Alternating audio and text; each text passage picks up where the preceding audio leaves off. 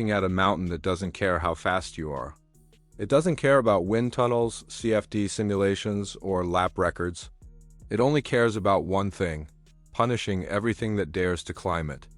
This is Pikes Peak, and in 2025, Ford is bringing a brand new monster to tame it, and it's not what you're expecting after a wild 2024 run with the F-150 Lightning SuperTruck, which came within striking distance of Volkswagen's all-time AV. Ford is throwing that idea straight into the recycling bin. No more SuperTruck.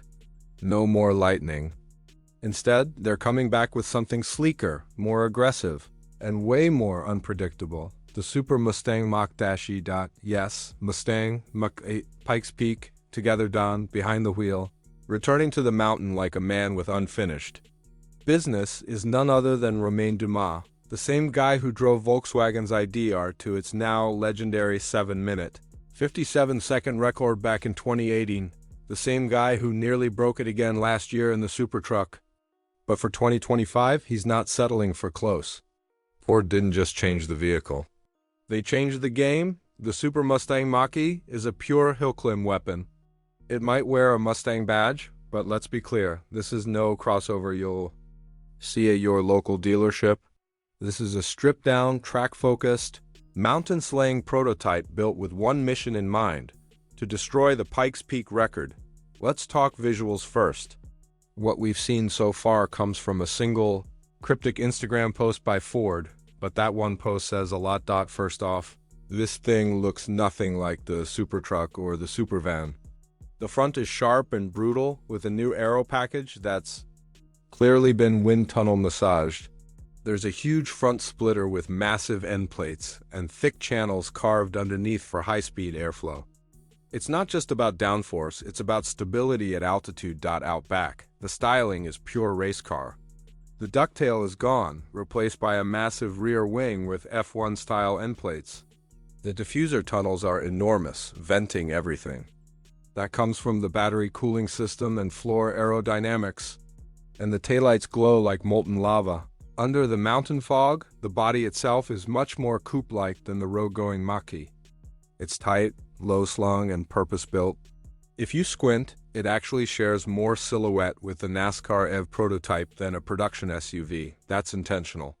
Reducing the frontal area and lowering the center of gravity are critical when you're climbing 12 miles into the sky, inside. Who knows? Ford hasn't released cockpit details yet, but expect full digital telemetry, stripped race buckets, and a roll cage that makes the interior look more WRC than SUV. The big question is, why ditch the SuperTruck?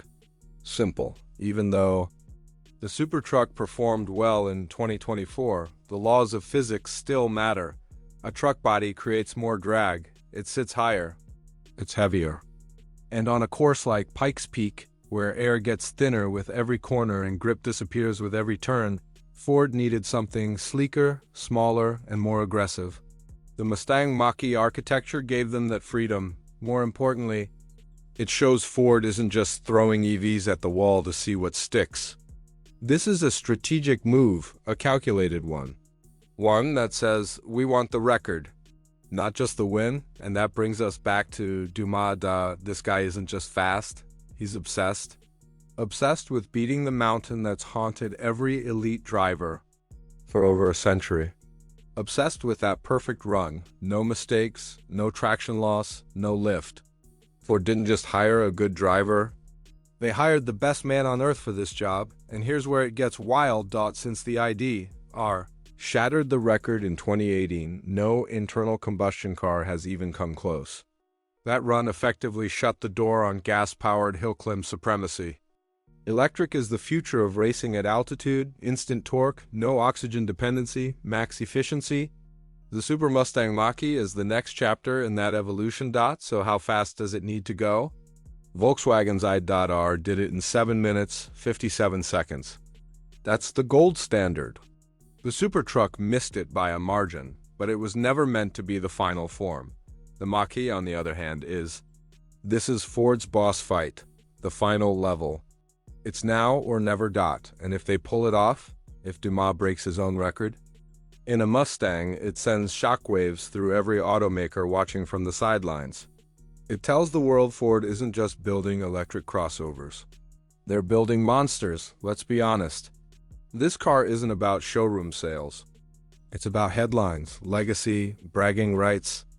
Ford's betting big that this EV, built on lessons from the Supervan, the SuperTruck, and everything in between, can go where none of them could, straight through the clouds and into the record books. So now we wait.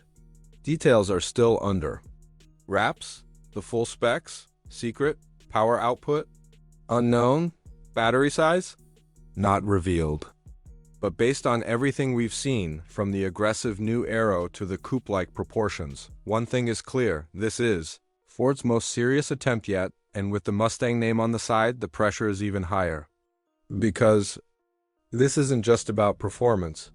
It's about proving a point that Mustang doesn't mean muscle car anymore. It means electric dominance. So the only question left is this: will the mountain let it happen? We'll find out soon. Because when the flag drops at Pikes Peak 2025, the race to the clouds won't just be a race. It'll be war. This is Shift Path. Hit that subscribe button, and don't miss the next chapter in Ford's high voltage revolution.